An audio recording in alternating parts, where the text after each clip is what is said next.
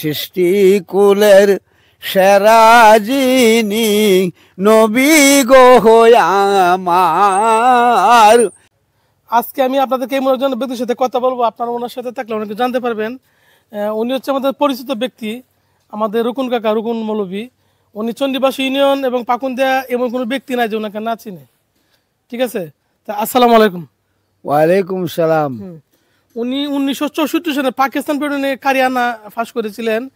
তা আপনি তো 1964 সালে পাকিস্তান আমাদের কারিয়ানা ফাঁস করেছিলেন, একটু বলেন।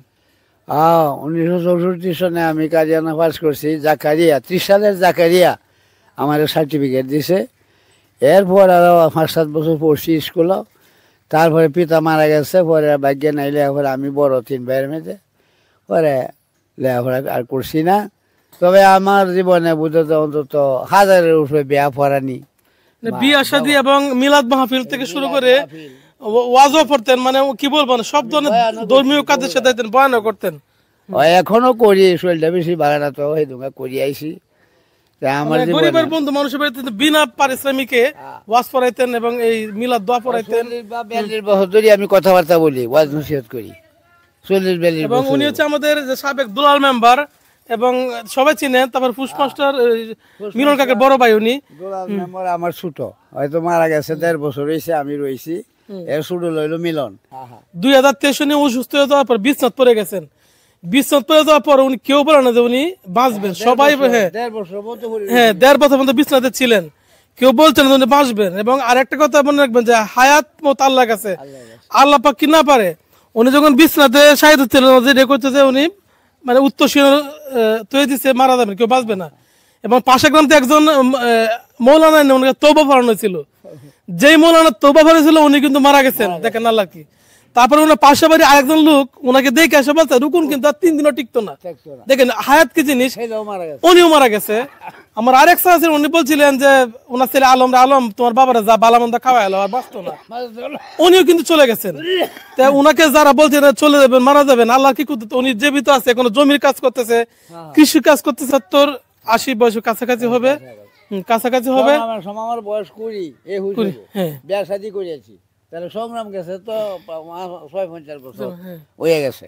তা আমি পুরানোই পাকিস্তান পিরিয়ডে লেখাপড়া করেছি। পাকিস্তান পিরিয়ডের থেকে আমি এই বদনসিহতে ঘুরি, কথাবার্তা শিখি। তা আমার মনে হয় যে 42 বছর 45 বছর আমি ওয়াজ করি।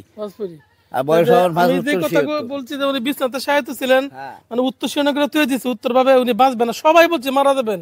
তা আল্লাহ পাক যদি রাব্বুল আলামিন পারে কি না পারে, ওনাকে জীবিত আছেন, আমাদের সামনে আছেন, চলাফেরা করতে, কৃষি কাজ করতেছে। এবং দেশের ব্যক্তি আবার বলতেছে ওনার বলতে মারা যাবে, মুখ দেওয়ারাই চলে গেছে। উনি মিলাদ পড়াতেন, একটা মিলাদ কি এখন টান সুর আনতে পারেন? একটু সুর আমাদেরকে দেখেন, যাতে আমার দর্শকরা যারা আপনার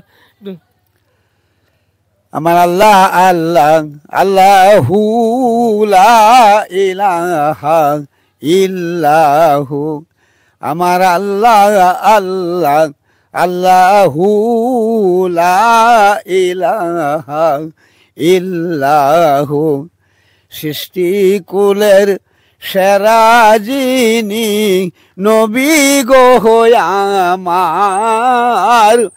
খুদারি পরে উচ্চ মুকাম সাইয়্যিদুল বাশার নবীজি আল্লাহ, আমার আল্লাহ আল্লাহ আল্লাহু লা ইলাহা, কাউসারের মালিক আপনি নবীদের সরদার, রুজহাসরে পিলাইবেন হাউজে কাউসার নবী। এখনো পারি আল্লাহর রহমতে, অসুখতে উঠছি পরে একটু এটা কমে গেছে। ওইলো এখনো 2 ঘন্টা 2.5 ঘন্টা, এই দিন কয়ের খালি শুকুর মেম্বারের ওয়াজ করেছি 2.5 ঘন্টা। আলহামদুলিল্লাহ। এখনো উনি দেখেন এই বয়সে যে মিলাদের সুর যখন দেয়, দুরূদ শরীফ পাঠ করলে এতই মজা লাগে, শুনতে মন চায়। জন বয়সে উনার আরো গলা ভালো ছিল, আরো শুনতে ভালো লাগতো। তে ওনার সুস্বাস্থ্য কামনা করছি। আল্লাহ